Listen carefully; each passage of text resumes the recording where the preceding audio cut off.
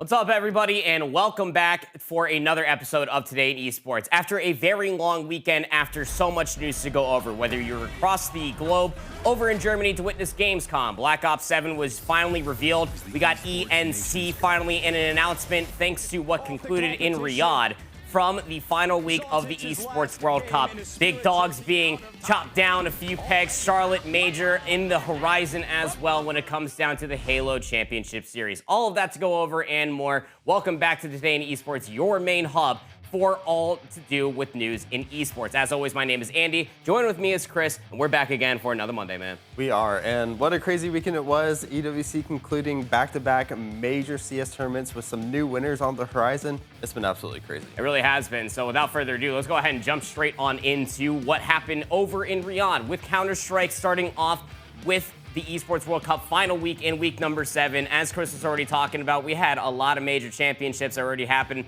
in the past calendar month from IEM Cologne, not to mention what we had there in Blast Bounty Season 2. From Spirit's perspective, but they walked in with a little bit of a magnifying glass over top of them. The casters broke it down perfectly on the Beers stream. With all the rumors right now, because that's what this is all about. Yeah, so the rumors are, well, it's not a rumor really, we just know what's happening. It's just happening. You know, Tanir is leaving Heroic, he's going to go join Team Spirit, and Zontix is the player that's getting cut. So it's Tanir's possible last game with Heroic, or it's Zontix's last game with Spirit. Either way we look at it, it's an exciting storyline. So you heard it right there, just immediately called out from the wings. Spirit versus Heroic was a very opening matchup, and well, Tanir, he's going to be the replacement for Zontix. The amount of times that they squared off here on the opening best of 3 maps is quite heavy. Yeah, and it is a back-to-back. It's kind of like that they knew already, and they're trying to show each other up going into both of these. Tanir getting the best of Zontix in a couple of these matchups, though, but this one, not quite the best showing from him, trying to get back, trying to have some of that trigger discipline to see if he can figure out where a couple more of those Spirit members are. But you gotta remember, Zontix still plays good, turns around and gets the kill there. Yeah, getting a little bit too cheeky, not looking for the knife, but just looking to play with his food for a little bit. Heroic, we're going to be able to take that ancient map. Spirit was able to take Nuke, which led us to the decider here on Mirage. It ended up going into at least a handful of overtimes, 15v14 now here from Chopper's POV. Still got the push from Heroic, still coming through from the apartment side, and for some way, they were able to turn that 2v4 situation all the way down to a 3v2, or a 3v4, excuse me. Full site control. Last player alive would be Shiro. He would inevitably die here at the end, as you saw the Stinger shroud the jump through the window, and Heroic would send Spirit packing home, which was the biggest upset throughout the entirety of the tournament, at least thus far. Yeah, so more upsets to come, though, as we did have 3D Max facing off against Na'Vi. And as you can see on the scoreboard there, it is 1-1, but Na'Vi eventually would just not be able to find the way back into this game to get to force the overtime or even get the win. There it is, 3D Max upsetting Na'Vi as well, and that's just to start it. Yeah, I don't know if it's like total of an upset, really. I mean, like, Na'Vi had been playing a little bit questionable ever since what happened there at Blast Season 2. But 3D Max back on the come-up. They had a very heavy fall-off back even at the Dallas Major, but good to see them finding new strides. FaZe versus Aurora, not really fully expecting what they were going to be getting out from this team, albeit a wonderful clutch from Elige in that best-of-3 series. It was not enough to stop the freight train that was Aurora, setting them packing home. Yep, and FaZe in a little bit of trouble, but that's not the only team in trouble there. Here we have Falcons versus MongolZ, and Falcons coming in as the home team into the Esports World Cup here, trying to finally see if they can get that chip. But here we go into this match, and it would be Falcons looking very good up against MongolZ finally in this first, and especially MongolZ coming out with some of these big plays. And on Nuke here, they did exactly what they needed to, and there it is. Coach's face says it all. Yeah, breaking the full morale there of MongolZ Esports. Again, when it comes down to Falcons facing up against top teams, we haven't seen it happen in quite some time because they've been too busy being eliminated top 16, top 8 at a lot of these different tournaments. They haven't even really seen the single elimination bracket play. Luckily enough for them, with their home crowd behind them, they already loaded on in towards this one. How about Madger, though? He shows up against Falcons, and he puts them absolutely to rest. The crowd behind them trying to put Madger off kilter, and then he puts them absolutely to silencing rest. Aurora then would able to take the lead here on Train after winning the opening map 13-6. Last player would be Tessis, scouted out top of the plat, and Aurora sent the home team packing.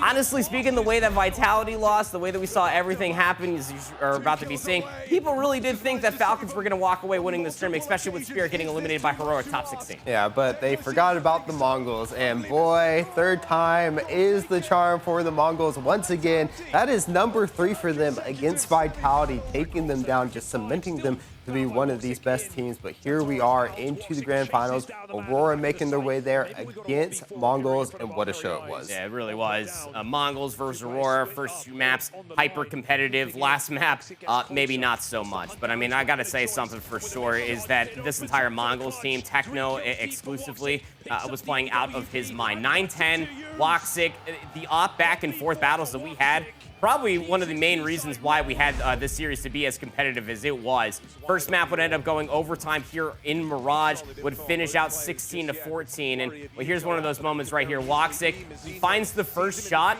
but then Blitz gets absolutely eviscerated. Woxic was playing absolutely unreal all tournament long. When your AWP is shooting like that, you feel like that you can do no wrong. But the Mongols teamwork brought them all the way to this moment. 9-10, no kills going in towards this round. In round number 9, he finds his first 3.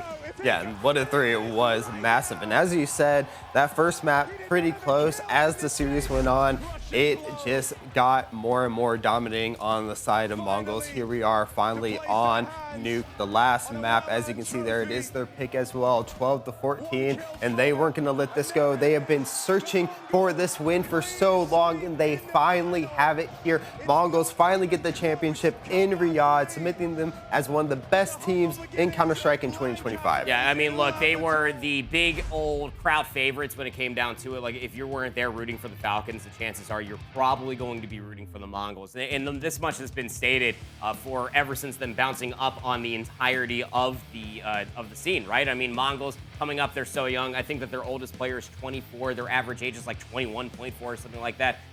The ends is, I guess the ceiling is untapped when it comes down to this entire team. So big congratulations to the Mongols, a 3-0 sweep there at EWC Grand Finals. Who knows how far they can go. They want you afraid. Fear makes you easier to control. It's time to wake up.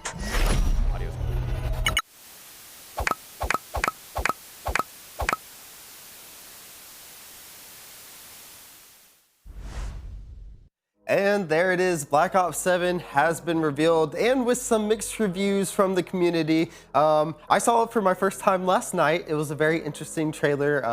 I alluded it to kind of the Fast and Furious, where I remember them back from being the War Games, and then kind of seeing this kind of twisted me up a bit, kind of like that bridge in LA. I don't know much about the story mode for it. Could be a lot of fun. We'll have to wait and see. I think it's maybe a little too much from the community going after it. They haven't played it yet, so wait a little bit till you play it. And plus, you know, we'll always have a little bit of banger time when the multiplayer comes out. Yeah, I really don't care what average YouTube usernames have to say as far as the game is concerned. I'm looking at it mostly from a competitive perspective, and all the pros are really ecstatic about it. I mean, you got a lot of futuristic movement. The wall bouncing is going to be back. You also got a lot of different omnidirectional movement that's going to be coming back from BO6.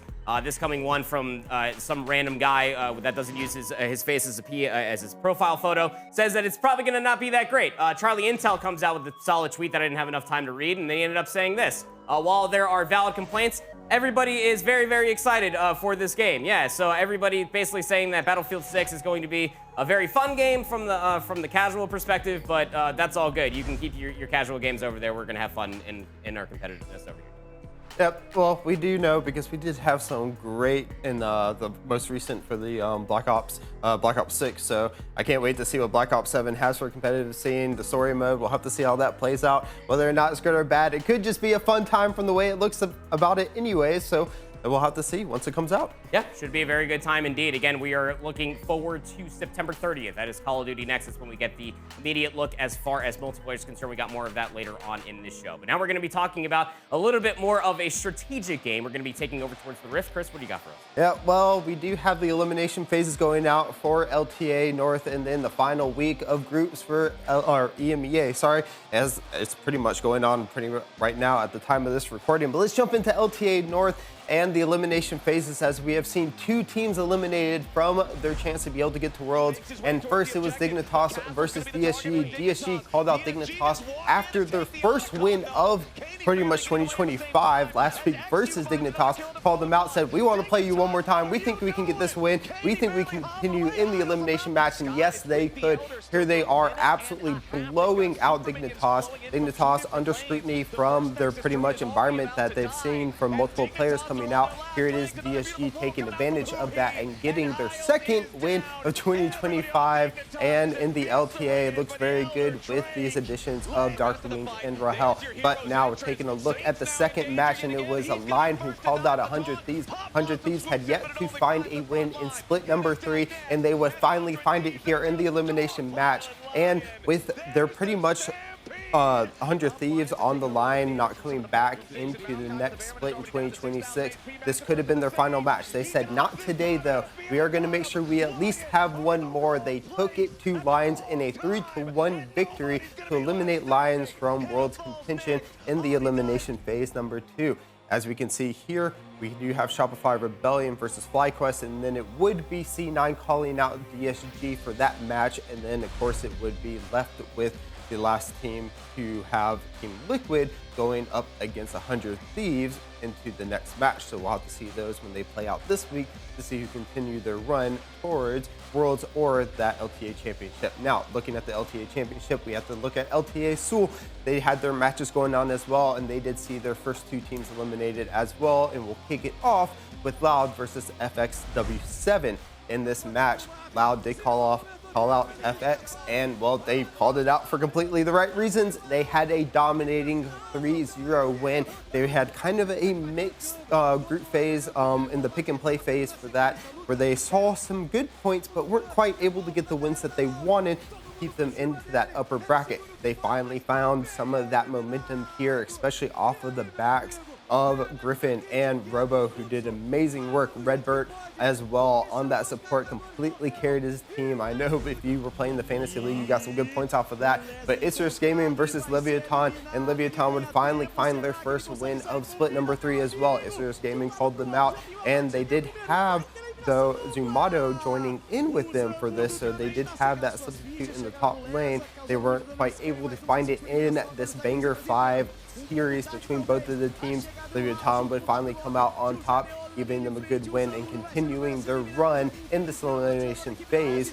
And well, what can we say about this? If you're going to win, you might as well do it in that elimination phase. As we can see here, that at the bottom, Red will call out Leviathan, and then Fury will call out Loud for their next matches in those games. So we'll have to see who plays against each other starting on this Friday. So it'll be a lot of fun to see who will continue the run towards Worlds or the LTA Championship to qualify for Worlds in that 3rd spot for the LTA region. Now, we can't talk about League of Legends without talking about Europe. We finally have those last matches coming up for those group stages as they move towards playoffs. We'll take a look because Vitality got a massive win versus KC to continue their run.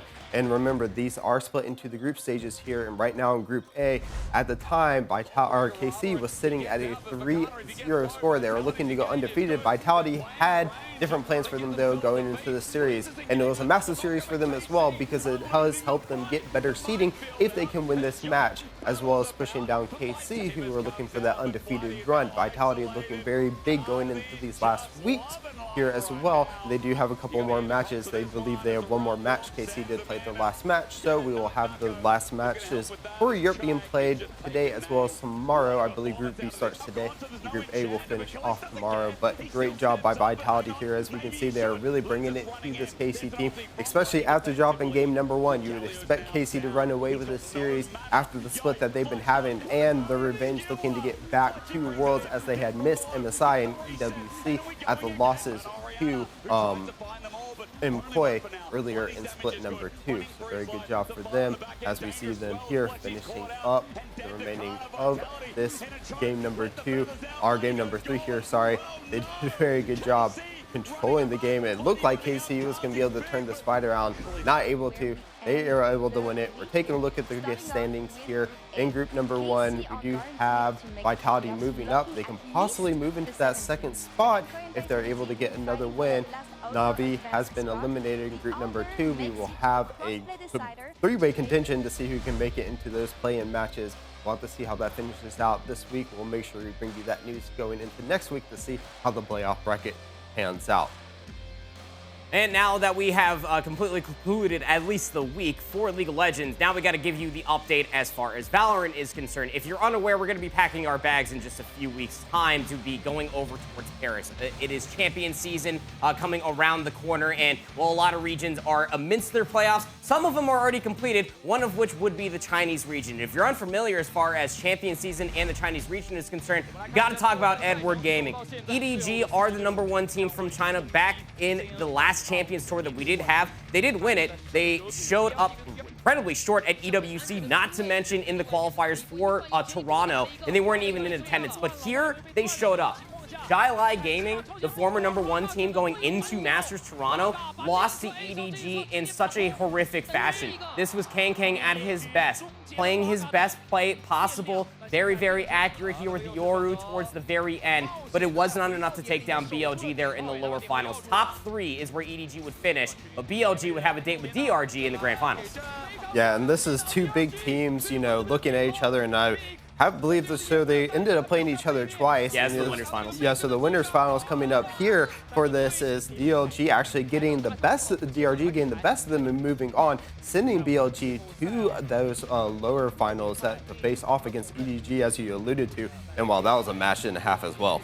Yeah, no, it really was, right? I mean, for that lower finals for Billy Gaming, when you go back to losing to Wolves at the Toronto tournament, nobody really thought that BLG was ever going to bounce back. But DRG, talk about a team that was able to bounce back even better from previous stages, from previous years, previous champion seasons.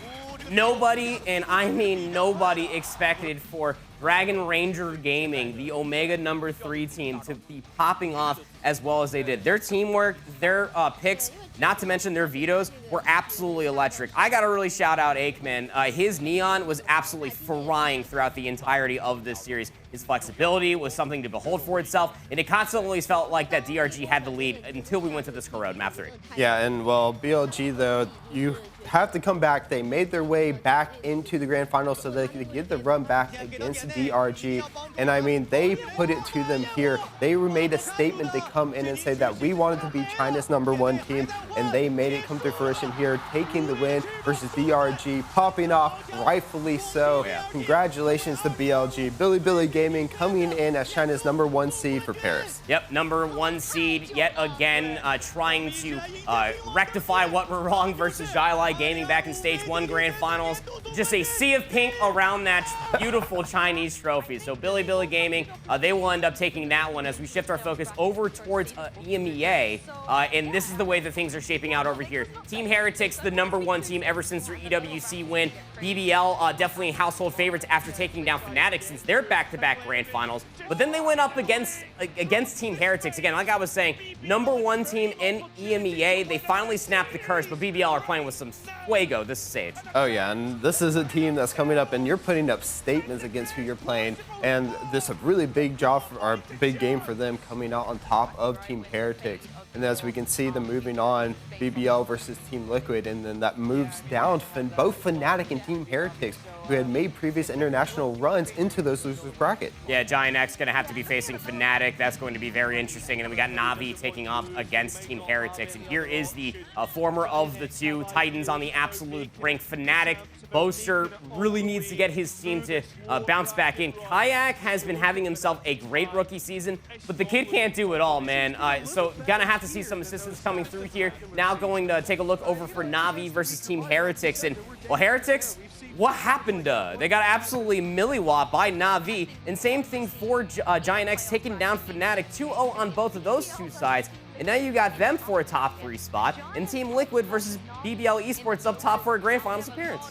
Yeah, well, we're talking about Giants falling, but it's not Giant X who's falling this time. It is Fnatic and Team Heretics both losing in losers here, allowing other teams to, you know, finally make their way to see who can get that spot for Europe. I mean, it's going to be a showdown for the remaining teams, and really only Liquid is that one team that we would expect to be in there. We would expect Team Heretics and Fnatic to also be in the running for those grand finals, but they haven't.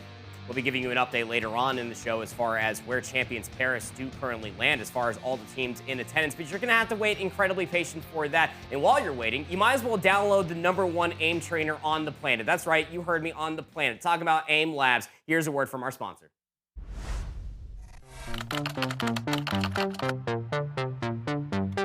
Games are about competition, a way to test our skill and prove we are better. Challenge is in our nature. We need to know what we're capable of. How far can we go? It's a question that drives millions of gamers to push themselves and prove that it's only a matter of sheer will.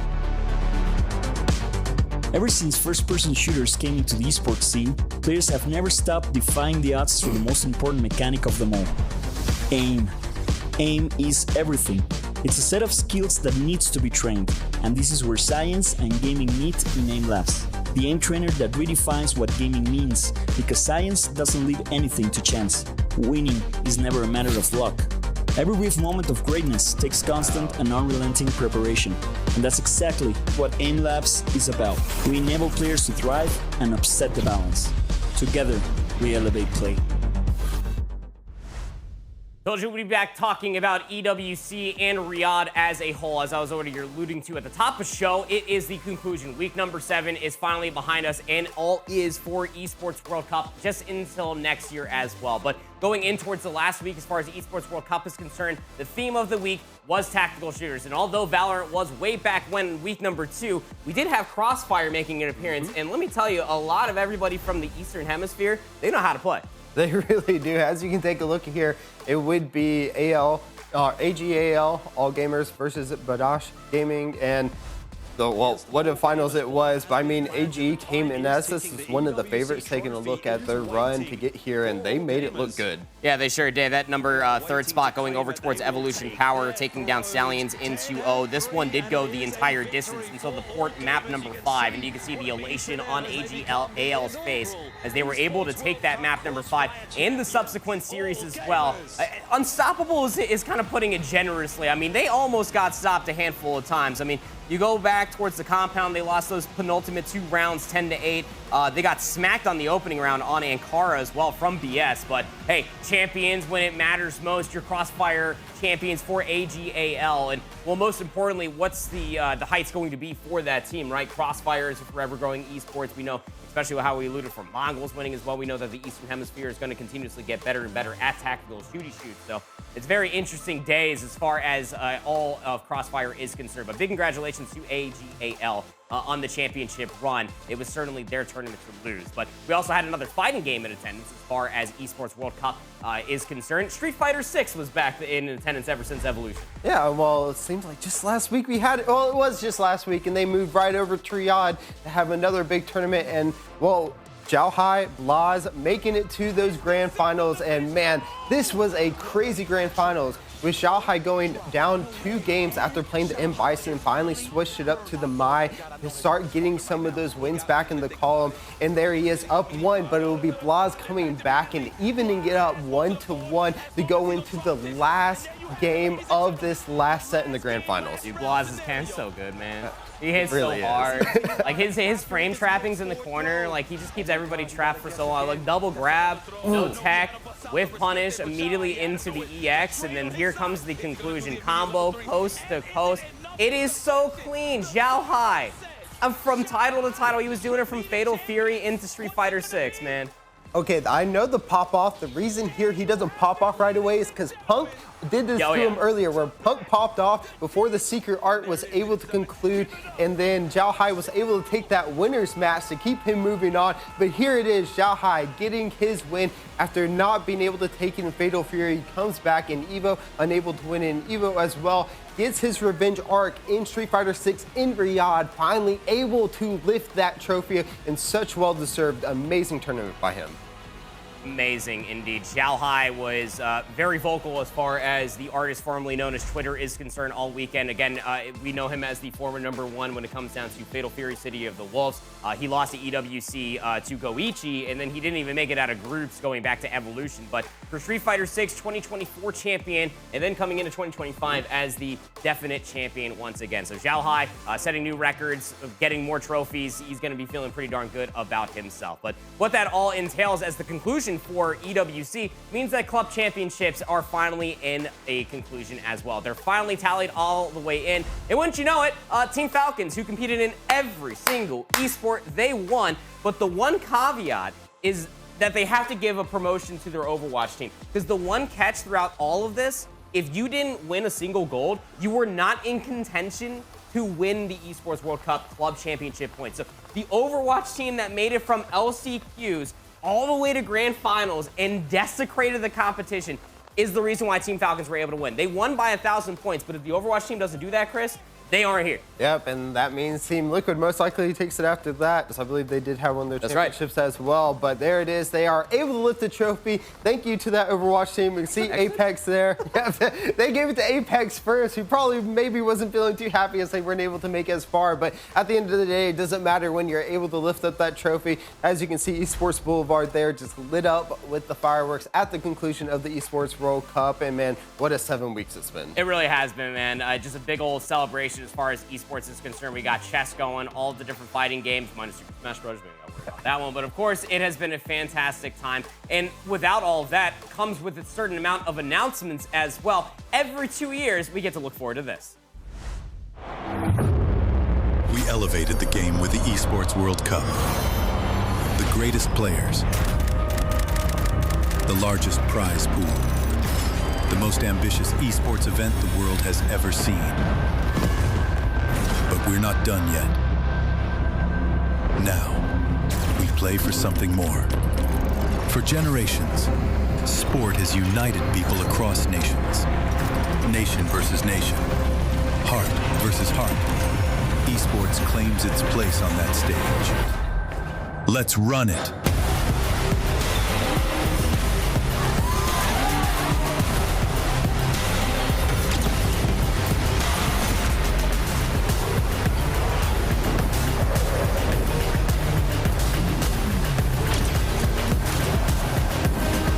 Showdown where the best compete for more than glory. They compete for their country. The next evolution of esports. This is the rise of a new rivalry. This is the Esports Nations Cup. Riyadh, November 2026.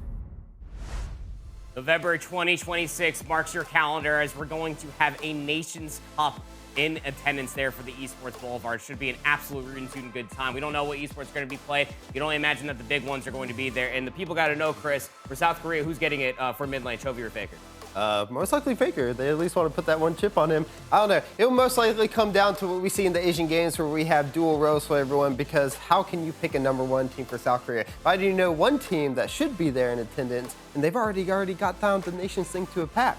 And that is the Mongols. Yeah, buddy. Right now. Let's go. Big Mongols fan here as far as today's esports is concerned. You guys let us know in the comments down below which nation you are excited for and which esport and what roster is going to be representing all of that in the comments down below. We look forward to sifting through all of that. But as we're talking about rosters, it would only be nice to segue over towards what is currently going down in the controller esports universe. Talking about Call of Duty, of course, Call of Duty roster mania is still going on, and it is as peak as ever. If you're unaware of everything that's been going on since Esports World Cup and since BO6 champs, rosters have been all over the place. People have been blowing up, just trying to deal with Optic ever since they picked up Mercules after winning out the entirety of the season. And what's most notable throughout all of this is the departure of Atlanta FaZe. Not all of the members will be leaving, but one member in particular is going to be separating from their longtime duo. Tyler Abizi will be separating from Atlanta FaZe, but most importantly, he's going to be separating away from his teammate of Simp. He's been playing with them ever since EU United back in BO4. And it has been an absolute superior duo where they have won countless championships, but even more silver places, and they hope to do better in the future. Call of Duty on paper, because of how successful that game is, should be one of the biggest esports in the world. The main reason it's not is because the game lacks depth. It doesn't. There's nothing to it. You just hold mouse 1, drop shot sometimes, throw a couple lineups with smokes, cool, whatever. A couple nade lineups, that's cool. I like that they have nade lineups. Moving wide left, but suck. There's not enough, like, you can't tell the difference between player A and player B. And if you can't tell the difference between player A and player B, your game doesn't have enough depth to be an actual competitive esport. Just interesting how he talks about how there's no dynamics, and then he goes into all the different dynamics that creates a Call of Duty Pro in between how they do have all their different nade lineups, of course, all the different weapons. But even more of a contradictory statement, talking about Call of Duty Esports holding down M1, I think he's mostly talking about Warzone. And that one I would absolutely agree on. But when it comes down to Call of Duty multiplayer, here's what we have in store for us. September 30th, Call of Duty Next will be in attendance. We will have the Endowment Bowl coming back in for Endowment Bowl number 6. And it should be a very fun time there in attendance. Following September 30th on October 1st, without any fans in attendance, World Series of Warzone, their global finals, will be going on. But even more notably, as far as Call of Duty news is concerned, from Ronnie Intel, he says that SSG are looking to get into Call of Duty Esports. We know that they are very, very house favorites when it comes down to HCS and the Halo Championship Series being based out of Salt Lake City. But what team are they mostly going to be looking to nab? You guys let us know what you're mostly thinking in the comments down below. What team is going to be represented, what city, and what logo will be there as well. Should be a very fun time going into the future as far as Call of Duty Esports is concerned, and we'll be sure to be giving you an update as more rosters are announced. But continuing on with the antics as far as controller esports are concerned, we got the LVT Pro League that just kicked off continuing last weekend, excuse me, and then it was the continuation of another HCS tournament, a CLT qualifier, if you will, this weekend. Yeah, and well, both the tournaments were actually absolutely crazy going in here, and we had a lot of big games, especially from Optic, and as well as Envy, our beloved Nick, coming out on top in that HCS Open. But first, let's talk about the Halo Pro League from LTV, and this actually has some big implications from this tournament, as we did see two of the teams eliminated from here. Omit coming out strong versus Optic, but they just weren't really able to solidify that win. They would end up losing to Optic in their match. Yeah, very interesting. I mean, like for Omit, you go in towards that series, you don't have any series win. I think they only had like 2 map wins, and they were able to take, I think it was like a King of the Hill off of Optic, so like, woo, consolation prize. And then Optic Gaming were able to go in towards their next series versus Complexity, absolutely millywhopped them. Complexity not having a good thing, or a good weekend, I guess, when it comes down to the Halo Pro League. They then had to go up against FaZe Clan, and if you're unaware about FaZe Clan, they're pretty good.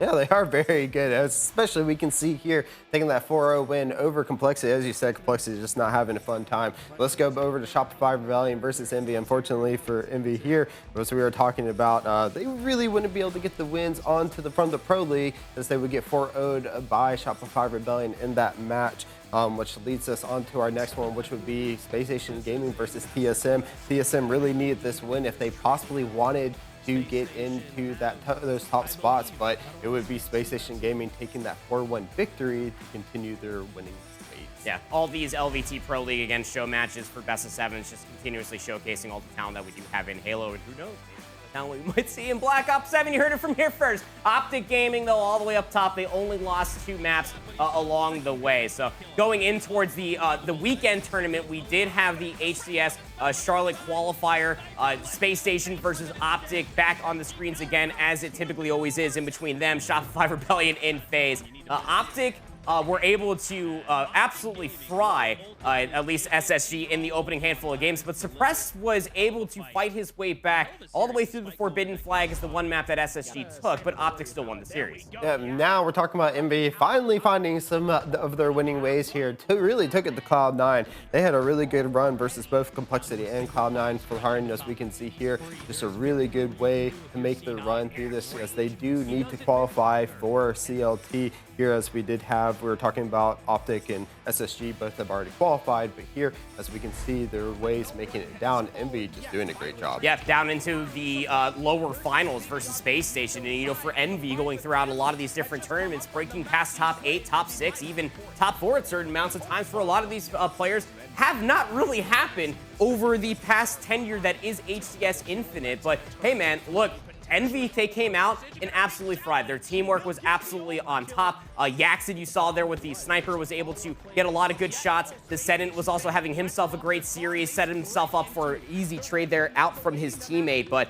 I mean, they were absolutely humming. Envy would start off absolutely hot down here in the elimination finals. And if you're unaware with how things do work, as far as the grand finals is concerned, you go from this match straight into that grand finals. That's a good feeling. Yeah, and especially when you're able to take off this win. They previously, as we talked about in the Halo Pro League, not able to really find the win versus Shopify, but coming into here, they're able to get the win versus an already qualified team. So they're looking pretty good with this. But as we said, they're taking it right back to the grand finals where they would face off versus Optic Gaming, going down on the first one. But well, they would just bring it back. This was a banger of a grand finals if you haven't seen it here. Yeah, this is game 2. Last 2 kills required. 1 kill comes through from Envy, and then the double kill gets picked up. There was 2 one-shots in the big door, but Envy, they yoinked the live fire slayer away. Into the Aquarius flag we go. And this has always been a really good household favorite when it comes down to Optic. Look at the time, 12 seconds now, up to 10. Flag pop up, now up to 1 flag away. Instant flag pull. If the flag isn't home, once the clock reaches 0, it goes immediately into overtime. Watch this push through the util.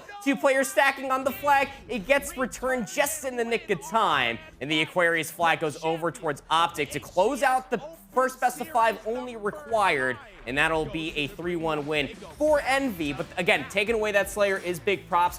Making it to the grand finals in the first place is even a bigger step in the right direction when it comes down to Envy, especially with the Charlotte Major rounding the corner. Definitely want to get those points and get the best seed that they can for those qualifiers coming in. Definitely want to see them bring it home. And as always, we're going to be so excited when it does come. We are so excited for that land here for Halo to come to us. And I can't wait for the couple of days until it's here.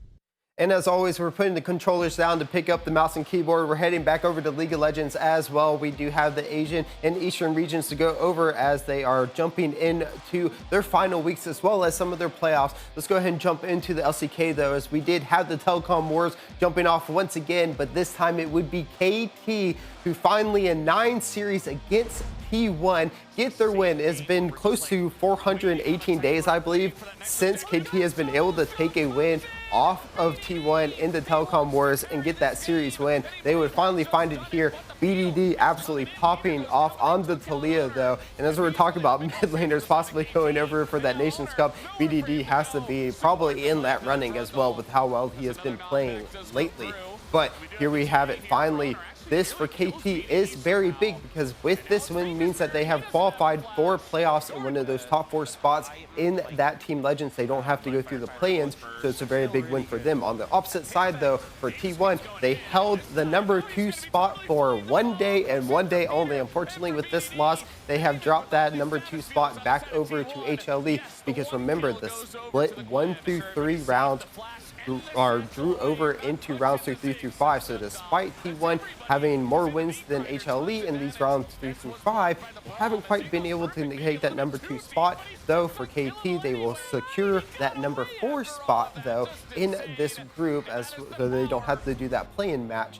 And as we can see here, they have secured playoffs, and both T1 and KT have that, meaning NS has to go into the play-ins for playoffs going forward. Now, we're going to shift our attention going over to the LPL region, though, here in a little bit, because we have some massive changes in their positioning over in the LPL. We are seeing both BLG and AL dropping into 3 and 4, top esports number 1. But let's talk about number 2, and that is going to be IG. IG has had a massive resurgence coming into split number 3, and they are looking very good, especially in some of these games where they are not doing too well. Yes, look at that score. That is 30-11 in kills in this game between Weibo Gaming and IG. But it didn't matter as IG was able to take that game number 1 off of some great macro play and late game play. And yes, they had everyone going high pitch there like Mickey Mouse at the end in this game number 2. Unfortunately, IG would drop this game number 2 to Weibo, but they're showing off their team fight prowess. It doesn't matter if they are behind, they will go in.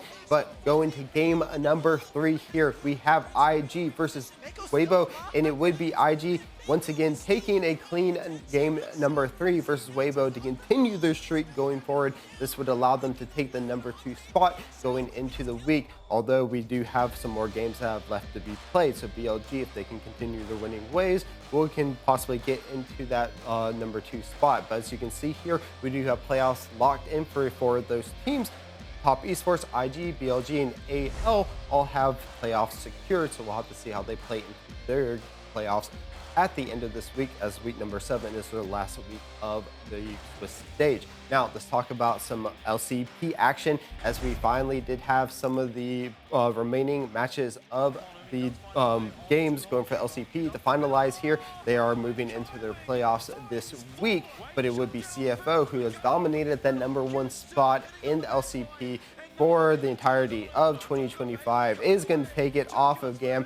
Their LCP international representatives with them at MSI as well as EWC. They are able to take this, secure the number 1 seed, and they have just looked on fire. They are looking to be the only team that possibly can make it to all 3 Riot International events, First Stand, MSI, and Worlds, if they can continue their run and win the playoffs to make it into Worlds here. So we'll have to see if they continue, but the way they've been looking right now, they've looked absolutely amazing. Again, this is another team that, despite going down in kills, they have such good macro play that they are able to win it out. They would end up winning this game. I believe they were even down 1 kill at the end. GAM just unable to finalize the game in this last play here. So good from CFO. Doggo doing absolutely amazing. Hong Q as well, just absolutely running the team. This team has looked so good going into the playoffs, and from the group stage, they will be able to wait who they're going to play between Team Secret as well as DFM, and then we have GAM moving into that 2nd seed. We'll wait from Vikings and PSG in these playoffs. So remember, the top 2 teams will move on to Worlds. We'll have to see how those playoffs play out for the next coming weeks as we start to head into Worlds. And, well, if you're unfamiliar with what's been happening over in Germany, Gamescom was currently kicking off, and it was a sight to behold. We already talked about how Black Ops 7 was revealed just at Gamescom on the showroom floor, but there was so much more to go over from so many different vendors, publishers. It's so many different things happening over there. If you were there, like we did have both Davis and Dylan, you knew that it was a lot to handle, and you can only get through so many different things. But we're going to be starting off with the news, talking about a new Black Myth game. Zhao Kuai is finally going to be announced. And, well, if you're unfamiliar with the Black Myth games, they came out with a stellar game.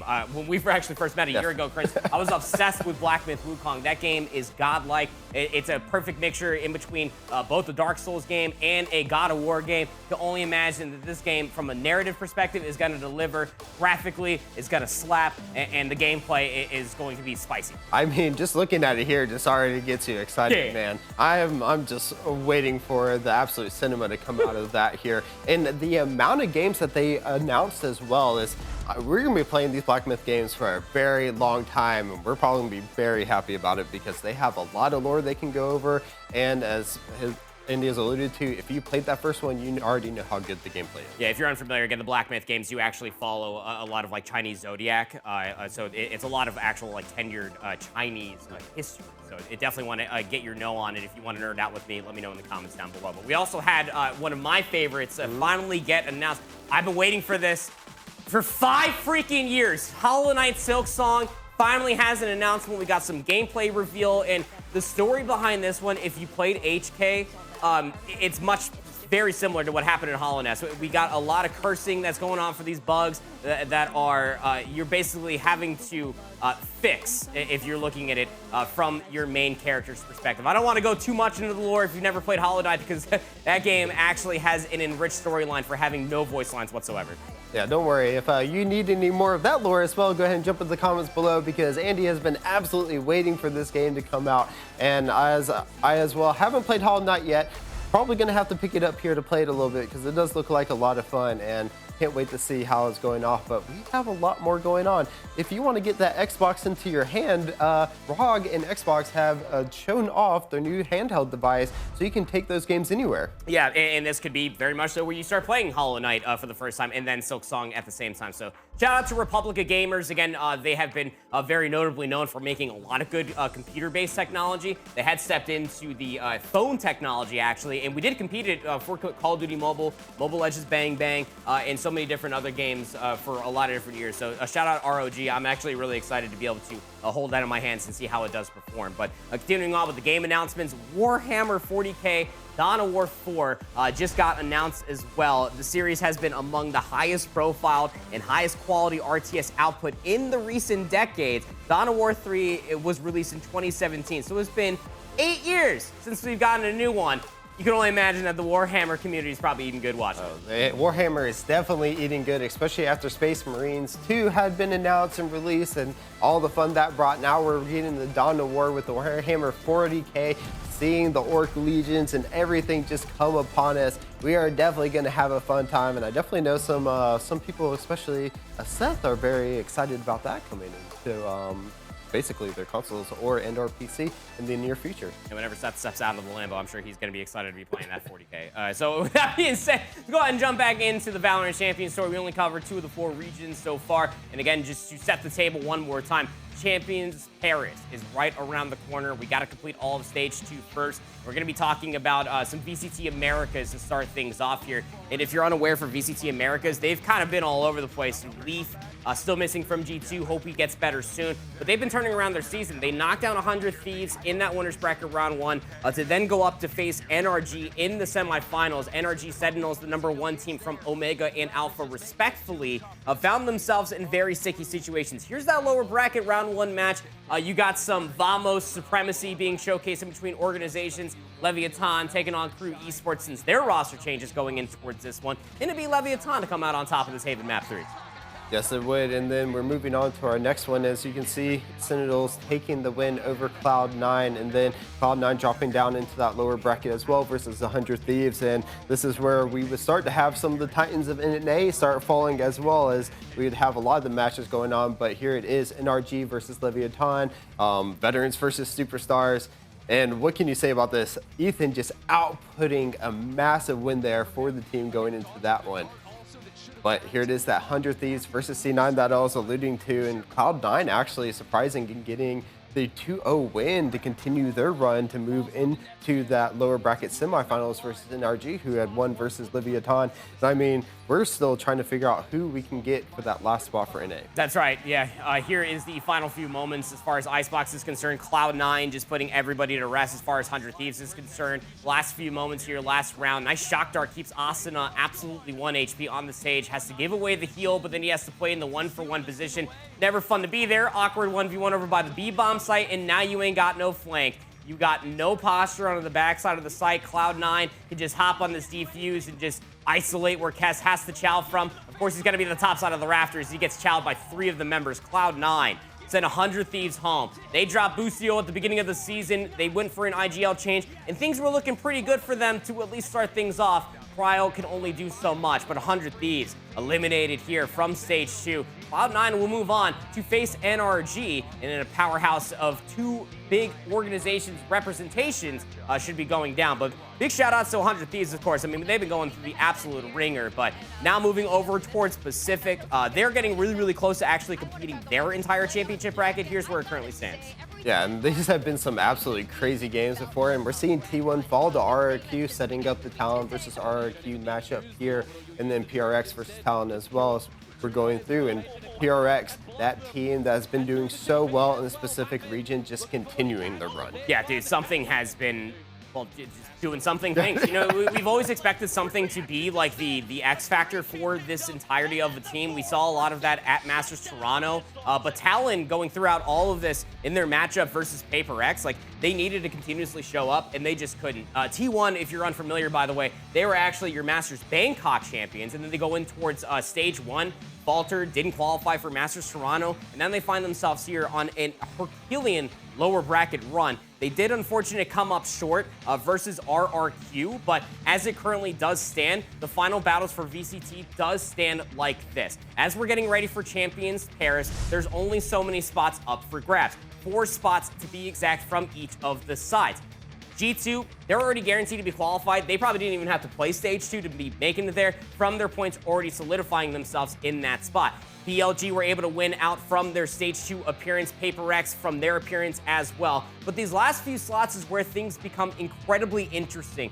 Cloud9 and NRG up for grabs. If they win that lower semifinal match, they will then go in towards North America's final spot. Na'Vi versus BBL or Giant X could take it, but even most importantly, Talon has their backs against the wall because they have to win. And I mean absolutely have to. You go back to that bracket, they have to beat RRQ to qualify. If they don't, DRX will be in from a solidification of the points that they have accrued all throughout the season. Ooh, it is do or die for Talon, and they're going to have to continue that Herculean run as well. They did fall to Paper X, but it is Paper X, so you still have that one last chance. We'll have to see when everything concludes in these coming weeks to see who will be our last representatives for each of the regions going into Champions Paris. Champions Paris just in a few weeks or even a month's time. You guys let us know what you're most excited for as the playoffs regionally are coming to a conclusion, or what you're most excited for coming out of Gamescom or League of Legends. There's so much to go over, including the upcoming Counter-Strike roster mania that is looming in the distance.